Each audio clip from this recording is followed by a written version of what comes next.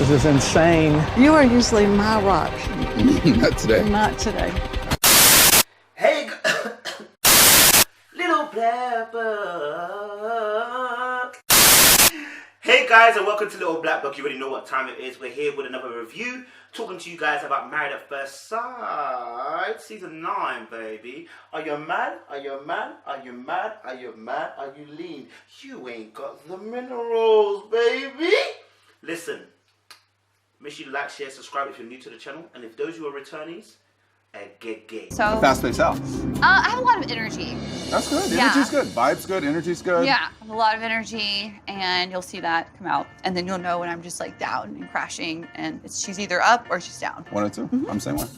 That's perfect. Go big, go. I think these two are probably the most interesting couple because they're going to cause the storms. They're going to cause us the drama that's going to get this TV show views. Okay, there's always one. And maybe they're the actors, I don't know, but you know, they're going to give us the most excitement, I feel, in terms of toxic love, in terms of things going wrong, in terms of arguments. But we will see. I may be wrong. Now, obviously, I love the fact that obviously, first of all, you know, Elizabeth just showed us again closeness with her dad. Advice to you is to be kind and patient. And he's going to have to learn how to handle Elizabeth and your strong-willed personality. Me and my dad. And that's a good theme that we've seen go throughout the show, actually.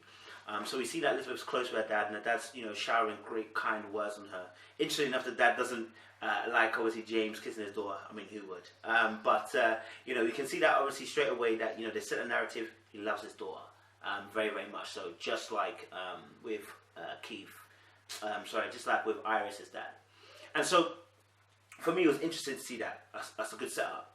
And obviously, you know, she has a lot of energy. And even when she came out, you know, Dad asked her again, do you want to change your mind twice over? She got to the altar. She was giggling. She couldn't stop laughing. Because that's her personality, that's her nature. It's to be fun. It's to be loving. It's to be energetic. It's to be full of life. And so that was interesting to see. I feel like when he came out, James came out, very much interesting again. You know, it's interesting what people do when they're nervous. So we had Elizabeth laughing and giggling. We had James coming out, and you know, he shot a smile and he did this to the crowd, kind of thing. And again, when you're nervous, you try to do whatever you can to ease, you know, the apprehension that you're feeling and the anxiousness. So it's interesting to see that he did that as a sign of, look, I'm okay, guys. I'm good. Don't worry, I got you. So yeah, interesting what people do always when they're nervous and stuff.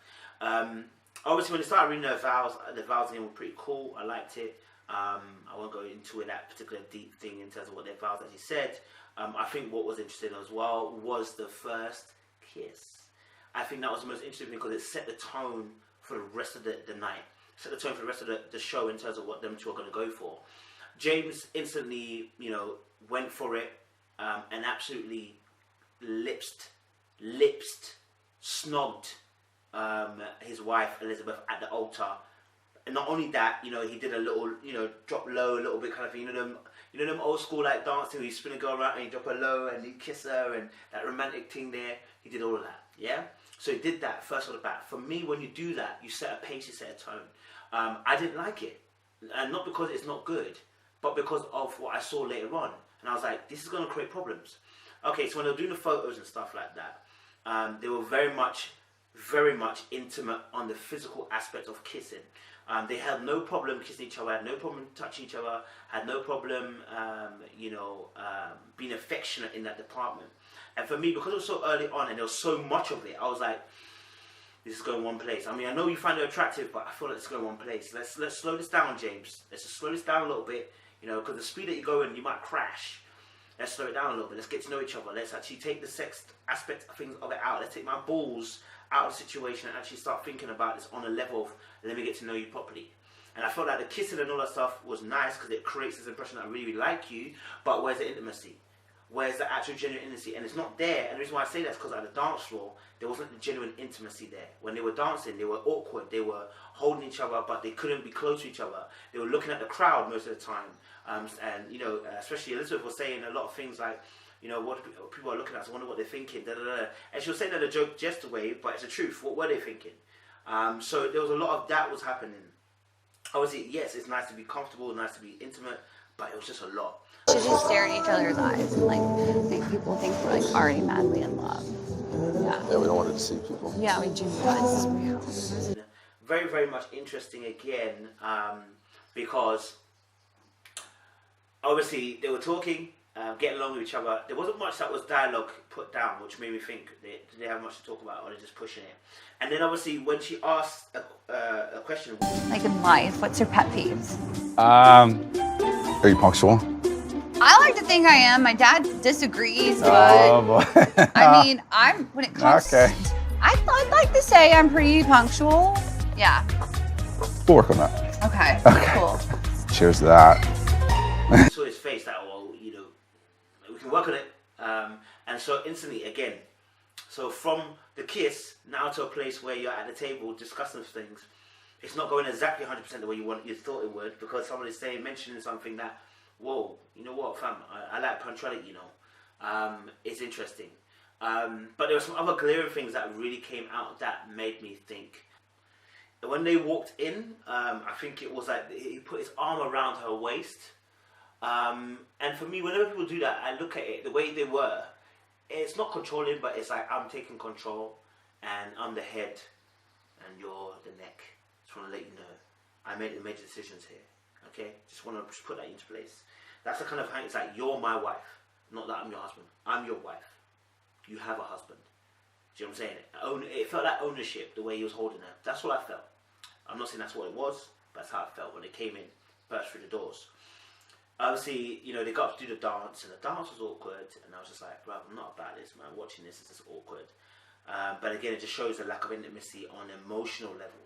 I think that's what, you know, that's what I feel with Keith and Iris, they may have this emotional connection, the emotional, aspects of things. Whereas, unfortunately, we have James and we have Elizabeth, and I don't think we have that emotional connection. We have that physical connection, the physical closeness, but relationships are not just physical; they're emotional, they're spiritual, physical.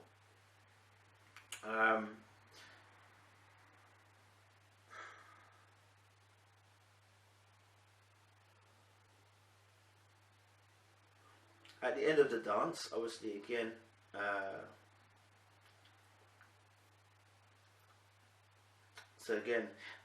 what was interesting, what kind of began, I guess, the interesting thing to me, was that she was mentioning to him. Oh, that's fun. Okay, so I like to grill a lot. Oh, I love I know that grilling. sounds Weather's weird. A nice. girl likes to grill, but No, I like it. I look forward to your grilling. I'm gonna make you do that now. Oh, I don't want my hair to What the smell hell? like the grill. You don't have that problem. I don't have that problem.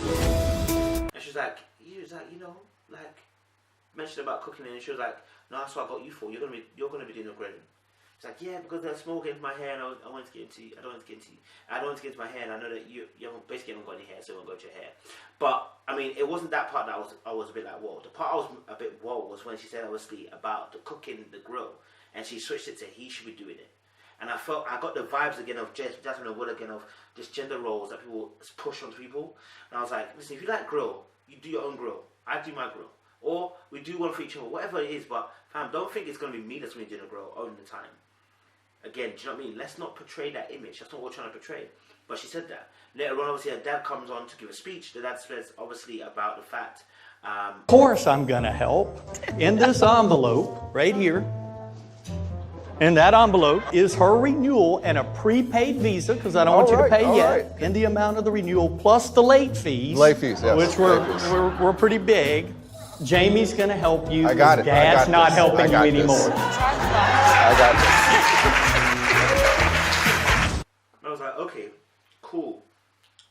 It might have been a joke that you did it, but now it just takes into, again, talking about this, I don't say provision role, like a man should provide. I'm not saying that he shouldn't provide, but what I'm saying in the sense of is to expect it. It's to demand it.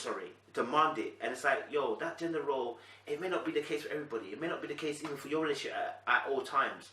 But when you expect it and demand it almost in a sense, you know, like you expect that you're going to be able to have your man as a provider. It's the same way you had your dad come to you. And again, I just tied that in with the fact that she said about the girl thing. I was like, does this girl want a traditional man in the sense of provider? She just stays at home, Like, is she willing to quit her job and then stay at home or something? I don't know. Is she willing to, if she wants, is her money and your money hers as well? I don't know. But that's something we're going to find out next few weeks. But I just wanted to put that up there because it was quite interesting. Know that if you put this on my face, you are guaranteed you have to spa night with me tonight. And we are wearing masks together. Do I do this? Okay. You have to feed me and I'll feed you. Okay. Be Ready? sweet with it, sweet with it. Are you ready? What was nice though was, I think, the cake eating. Often as we see them really clean, everybody feeds each other the cake and everything. What I loved about them is that they kept it open-ended, energized, and said, "You know what, we're just going to have fun with it." And they threw cake at each other. And it was nice because it's like, fam, if we can't have a banter, why are we in this together?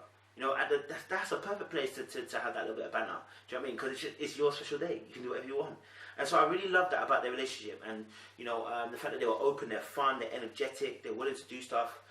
Really love that aspect of them. So, yeah, man, I think for me, James and Elizabeth, they definitely got sexual energy.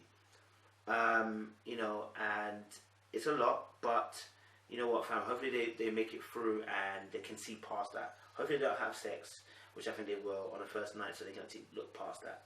With him being my firstborn son, I'm not really giving him up, but you are going to be first, and I have emphasized that to him.